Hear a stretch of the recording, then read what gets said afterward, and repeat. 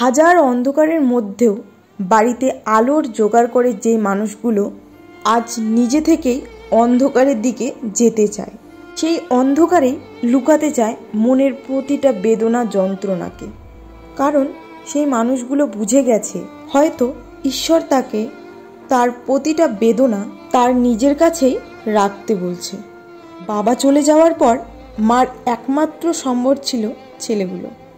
তখন আমরা খুবই ছোট, আর দাদারাও ছিল ছোট।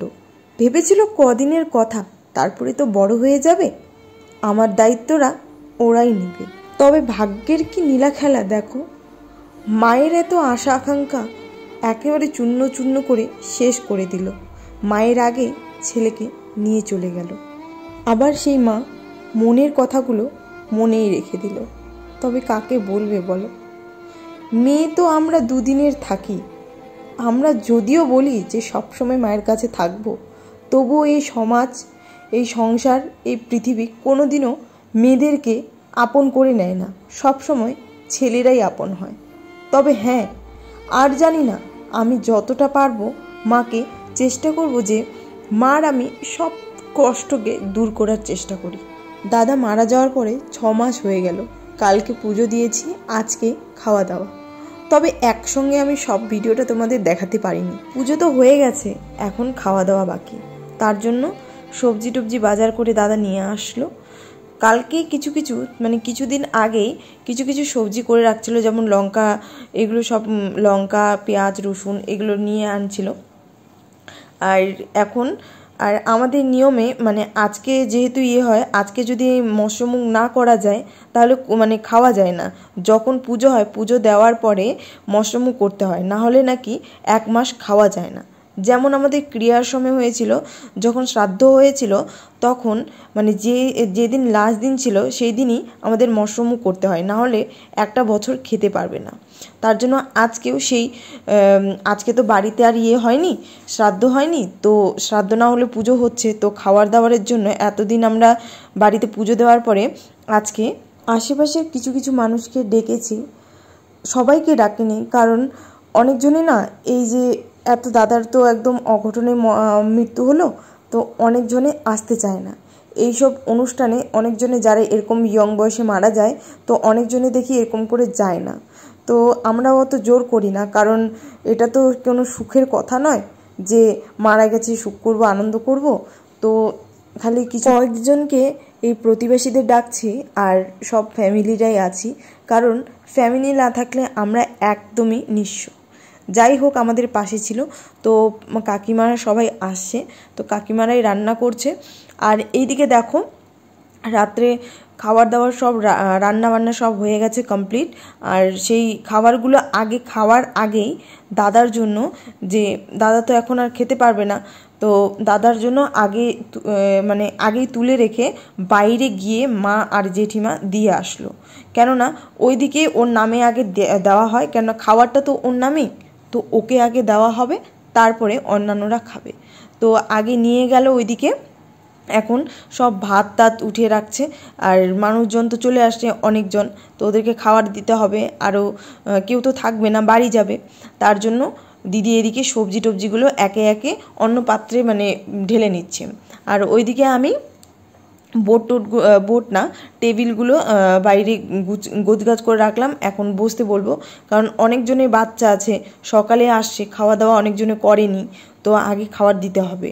বাড়ির মানুষগুলো খাই না খাই, কিন্তু যারা আসছে তাদেরকে তো আগে সম্মান করতে হবে। আর রান্না হয়েছিল, মাছের ঝোল করেছিল, আর বাঁধাকপির তরকারি, ডাল, পাঁপড় ভাজা, সাদা ভাত। আর যারা অনেকজনে তো নিরামিষ খায়, তাদের জন্য পনিরের তরকারি বানিয়েছিল। আর সেই তরকারিগুলো নিরামিষ বানিয়েছিল, শুধু মাছটাকে আলাদা করে রান্না করা হয়েছে, কারণ অনেকজনে খায় না শ্রাদ্ধ বাড়িতে গেলে, তো তার জন্য ওদের জন্য আলাদা করে নিরামিষ তরকারি বানানো হয়েছিল।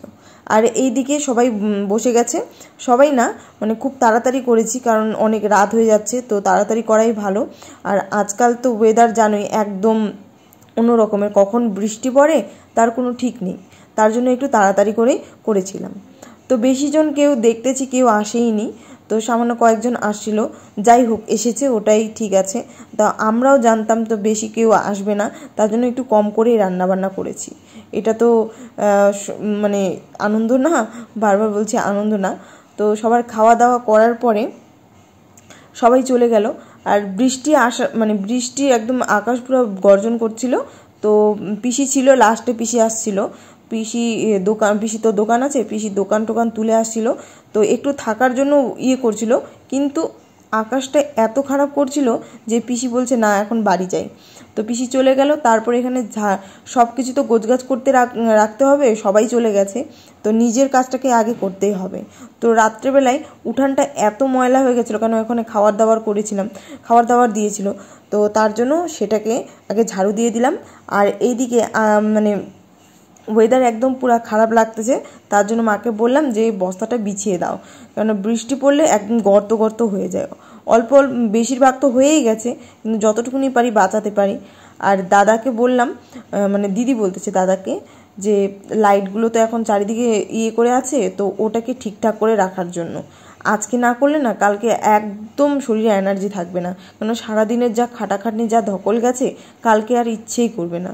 কবে যে মানে সকালে হয়তো লেট করে উঠতে পারি, তার জন্য দাদাকে বললাম আজকেই করে দাও। আর লাইটগুলো কেননা বৃষ্টির জলে ভিজে যেতে পারে, ঠিক করে রাখাই ভালো।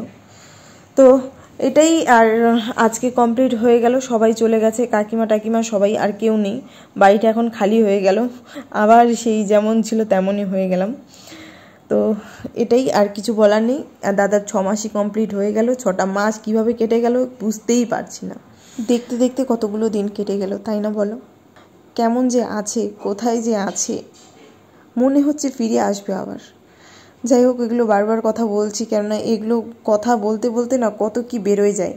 সব কিছু সামাল দেওয়া যায় না, তো অনেকবারই হয়তো অনেক কিছু একই কথা বলে দিই। তো যদি ভুল হয়ে থাকে ক্ষমা করে দিও, ছোট বোন হিসেবে অত বেশি তো বলতে পারি না, যতটুকুনি পারি তোমাদেরকে আমার মনের কথাটা বলতে চাই।